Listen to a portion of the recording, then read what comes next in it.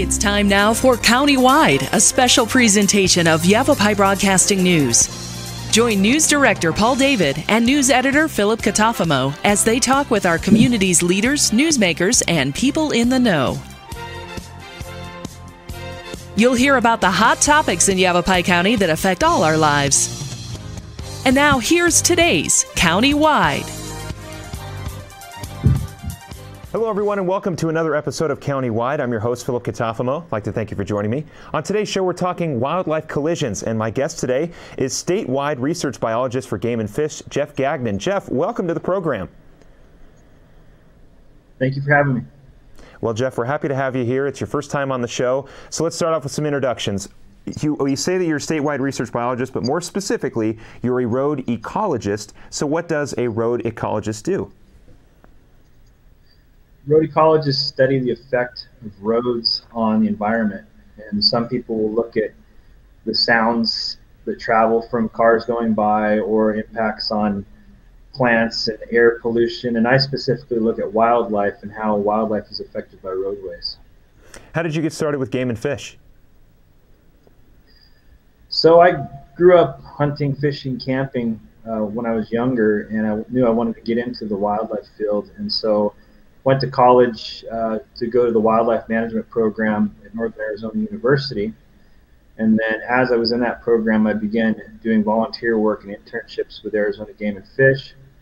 And then got my first job building water catchments for game and fish. And then before I started getting into my career now, which I've been doing for almost 20 years. You know, we're like I mentioned, the topic of the show today is going to be wildlife crossings and animal collisions with vehicles. When did we start to measure this statistic? Was it recently? Was it a really long time ago? Because obviously it is an issue for our Arizona roadways, and roadways really all over the place.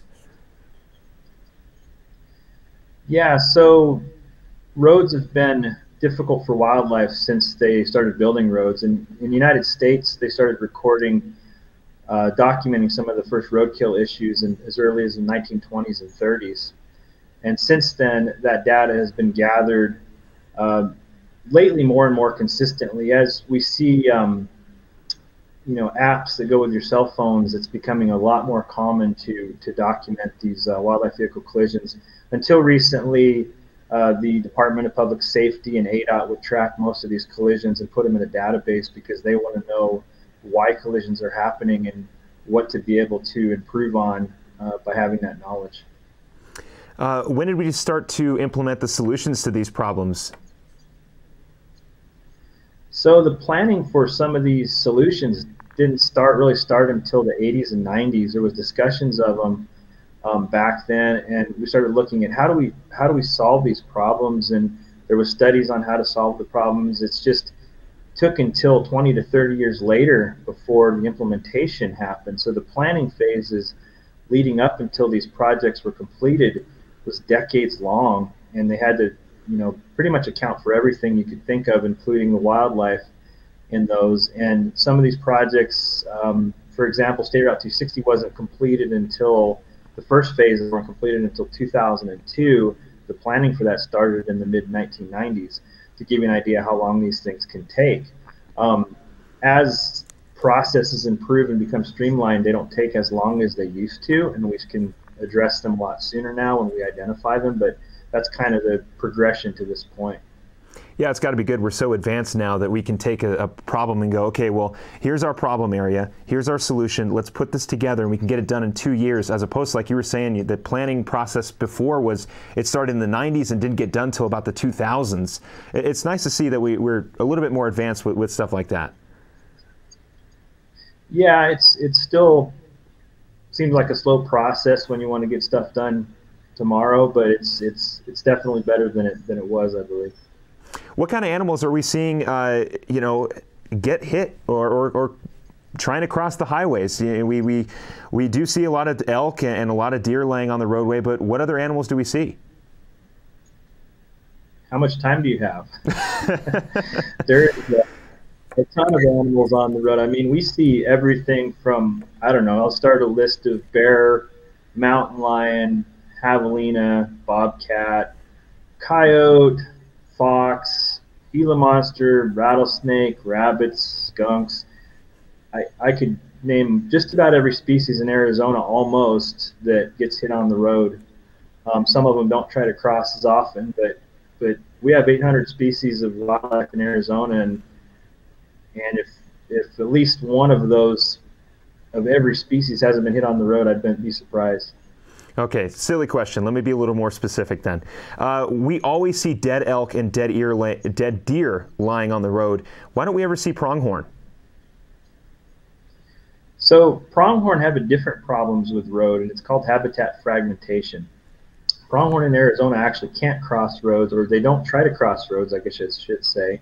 They have the ability to cross roads, but the combination of the traffic volumes when they try to cross during the day versus, say, an elk that crosses at night when the traffic volumes go down, combined with fences along the roads, has made the roads in northern Arizona impermeable to pronghorn. And in fact, this is to a level to where we see genetic differences across roadways.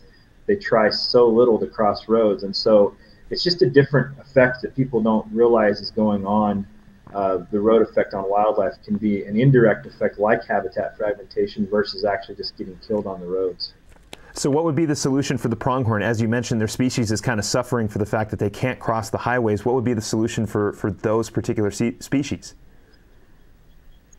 So what we've seen from our research, and mainly research from other states that have been able to implement it, like Wyoming, they've put in wildlife overpasses, similar to what we have for bighorn sheep here in Arizona, to get animals over the road. And so pronghorn in Wyoming, they do a major migration, and they need to cross roadways there to get from their winter to summer range and back. And so they see thousands and thousands of pronghorn cross their overpasses there in areas where they either couldn't cross the road, or where they were, in that case, they actually were trying to cross the road because they had to and were getting hit by vehicles pretty regularly.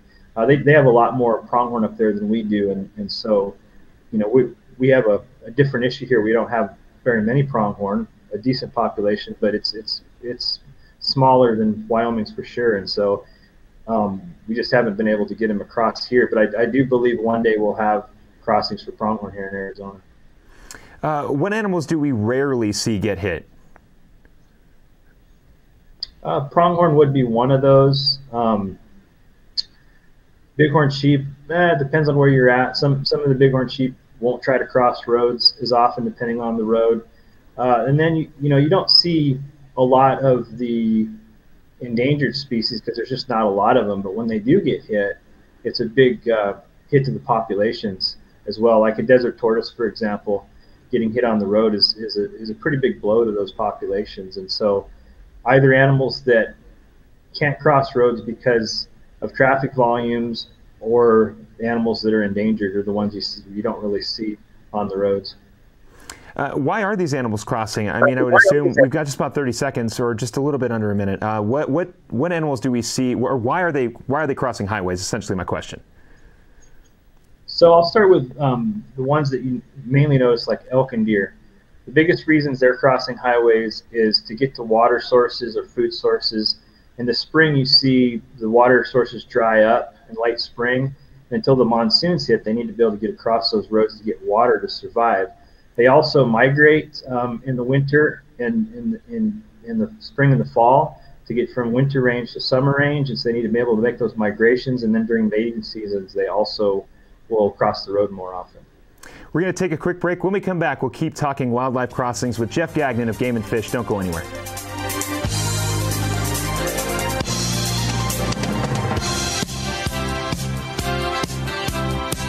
Starting in the late 1920s, Grandpa Gettle and his brothers laid the groundwork for what would become a family legacy. Almost 100 years and 100 patents later, Gettle's High Desert Mechanical continues to raise the bar of quality heating, cooling, and plumbing products and services in the Verde Valley. Call Gettle's High Desert Mechanical Heating, Air Conditioning, and Plumbing at 567-2200 or online at GettlesHDM.com, providing solutions for your comfort. Don't settle, get Gettles.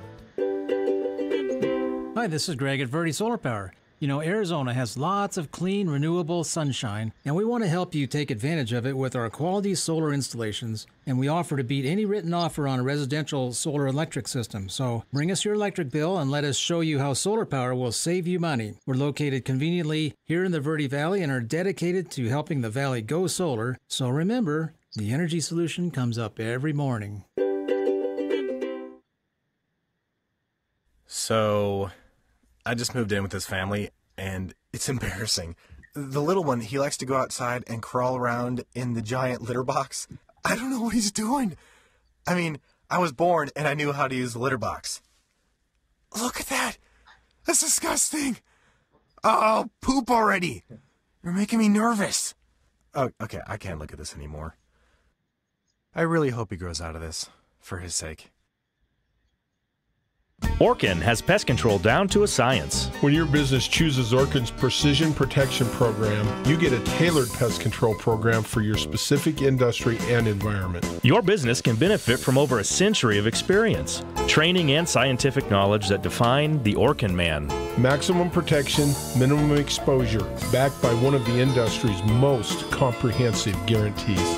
Choose your locally owned and operated Northern Arizona Orkin and get more than an exterminator. Get an expert.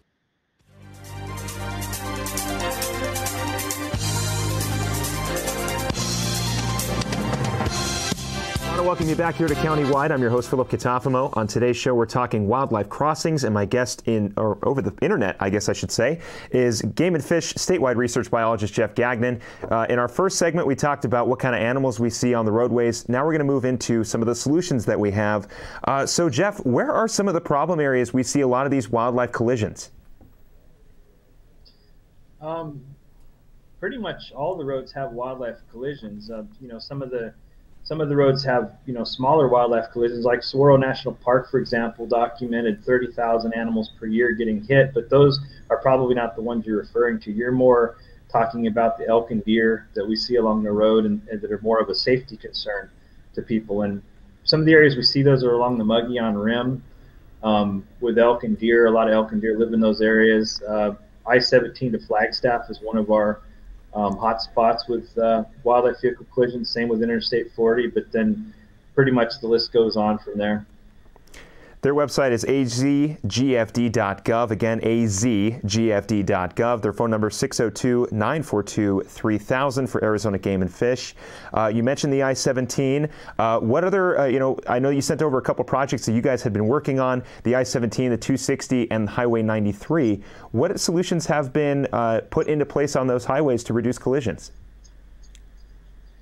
Yeah, so I'm going to start with State Route 260 because that was one of our first projects where they started implementing underpasses to get elk underneath the road along State Route 260 during the rebuild of State Route 260. And so these underpasses are basically bridges over dry streams that would have been a culvert, and they were upsized to wildlife crossings. And we have 17 structures and 17 miles that allow elk to cross under State Route 260, and it's linked with fencing. And we've had more than 10,000 animals use those structures, most of those being elk, and we've reduced accidents in that area by nearly 100% now that project is starting to, we're starting to wrap those projects up. There's one more section it's under design right now that will be finished up hopefully in the next few years that will also have wildlife crossings. The next one would be Interstate 17, where we actually used a section of road where we took what we call a fencing retrofit, where we put up fencing to guide animals to Munns Canyon Bridge and Woods Canyon Bridge over about a 6-mile stretch. We reduced accidents with elk there by 97%. Some of the other wildlife can still get through that fence, like deer and bear. So we still see some accidents there, but it's been a successful elk vehicle collision reduction. And we saw with cameras the use of those 2 bridges where elk were crossing under and deer were crossing over go up by 100%. So that was another successful project we've worked on ADOT with. The last one was Highway 93. It's one where we were able to actually go from start to finish. We collared Bighorn Sheep with GPS collars and let them basically walk around the landscape and show us where they were crossing the road exactly and where they were trying to cross the road. And in that case, we put in some wildlife overpasses. We worked with ADOT, Federal Highway Administration, to put in wildlife overpasses so that sheep could get over the road, because they didn't like to use underpasses. Based on another project we tried underpasses for sheep on, and we were able to see about 6,000 sheep use those overpasses over roughly a 4-year period, and we haven't had a collision with a sheep in that stretch since 2014. So that's been a very successful project. So we've had a couple of, there's other ones too, like State Route 77 down in southern Arizona, which is within a community where we've seen 10,000 animals use those crossings, and there's a few other lists, but that's kind of the kind of stuff we work with ADOT and our partners to try to get that solved. Now, putting together these projects does cost money. This isn't just Jeff going on a weekend and putting up some fencing to make sure that the deer can cross. This does cost some money. So what are the costs to sort of put in these solutions? It depends on the solution. If you're dealing with smaller animals, the solution could be less expensive. But if you start getting into things like elk and deer, you're talking $500,000 to a few $1 million, to several $1 million, depending on how big of a stretch of road you're looking at and how many structures you want to put in for animals to cross. There's a lot of factors that go with that. But one of the things to consider is the cost of these collisions to society. There's estimates based on a report to Congress that one collision with an elk costs society about $18,000, and one collision with a deer about $8,000. And so if you apply those numbers to, say, Interstate 17 from Flagstaff to Camp Verde area, in fact, if you just look at the area above the rim, in this case, the cost to society some years can be $1.7 million. That includes things like the value of the animal, the collision, the insurance claims, et cetera, et cetera. And so you can see, as you implement these solutions, you start to see that cost become the benefit, and the costs start to become a little bit more feasible in those cases.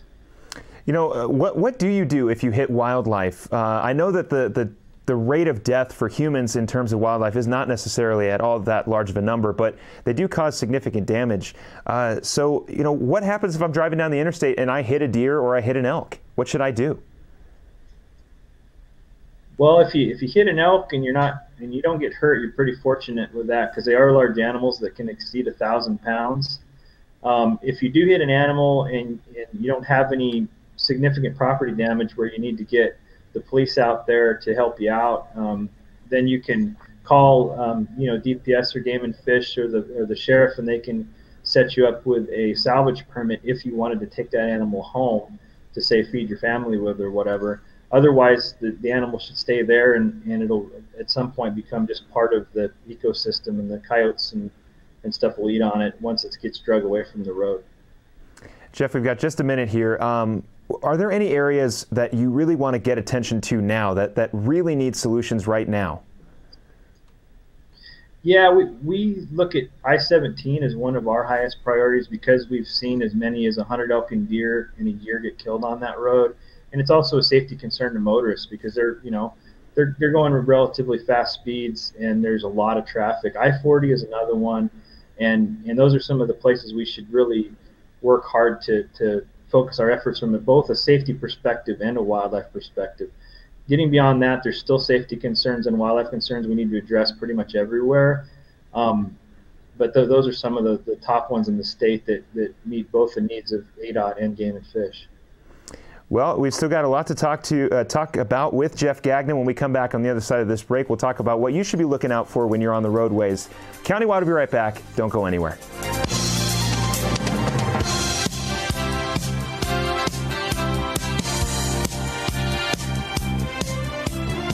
From inspiration to installation.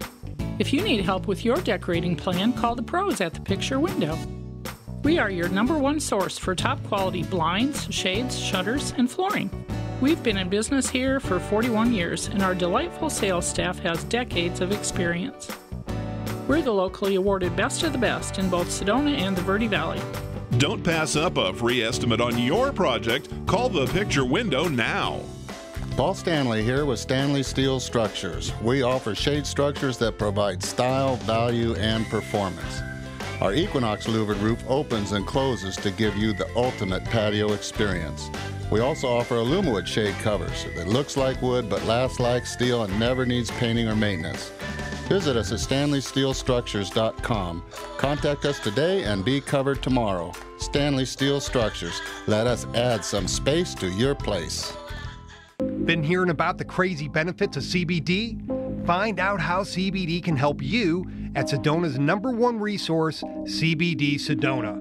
Come in for a free consultation and let our trained medical staff help you find the perfect product for you. Pain-relieving salves, full-spectrum oils, honeys, teas, cookies, and even CBD for pets. Ready to feel fantastic? Come on by CBD Sedona today. There are everyday actions to help prevent the spread of respiratory diseases. Wash your hands. Avoid close contact with people who are sick. Avoid touching your eyes, nose, and mouth. Stay home when you are sick. Cover your cough or sneeze. Clean and disinfect frequently touched objects with household cleaning spray. For more information, visit cdc.gov/COVID-19. This message brought to you by the National Association of Broadcasters and this station.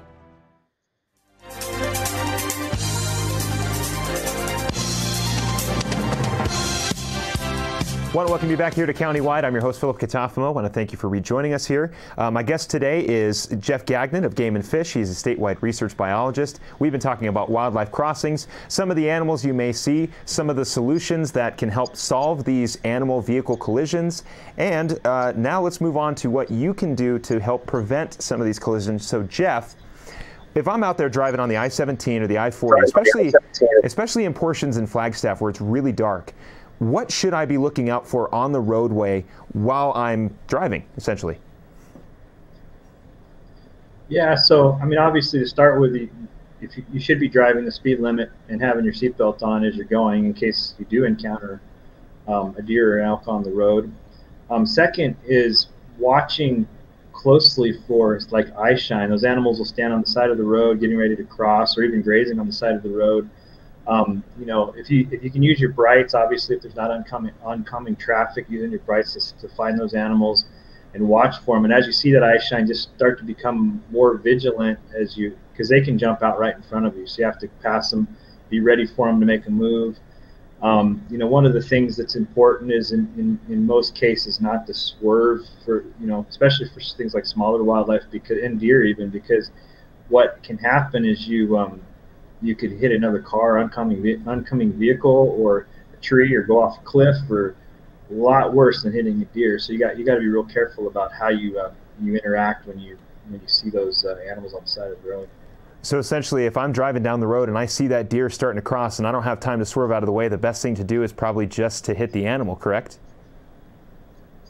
Yeah, you know, I mean, it would be, because the risk of getting hurt if you swerve and miss that animal could be higher than the risk of hitting that deer. And a lot of times, you know, deer can hurt you. There's no doubt about it. If you're already going the speed limit or less and you are being vigilant, then you should have had time to try to slow down so you don't hit that animal at a high rate of speed. So there's a combination of factors that go with that. And it's kind of up to the driver in a lot of those instances to be very alert and especially as you drive some of these northern Arizona roads in the evening or dusk or dawn. Again, their website is AZGFD.gov, 602-942-3000 for Arizona Game and Fish. Jeff, we've got about a minute or so left in the show. I do want to ask this. Why at certain times of the year do we see more crossings than we do other times of the year?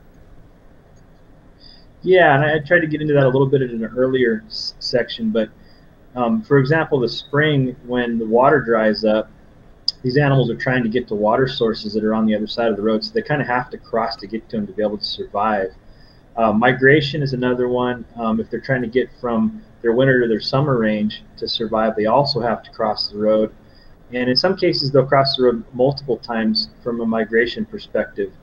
You know, as the snow melts, they might migrate back up on top of the rim, and then it snows again, they migrate down, and they'll cross the road several times. You'll see an area down on I-17 just as you go off the rim. You might see a lot of accidents there. That's what's going on, is that migration.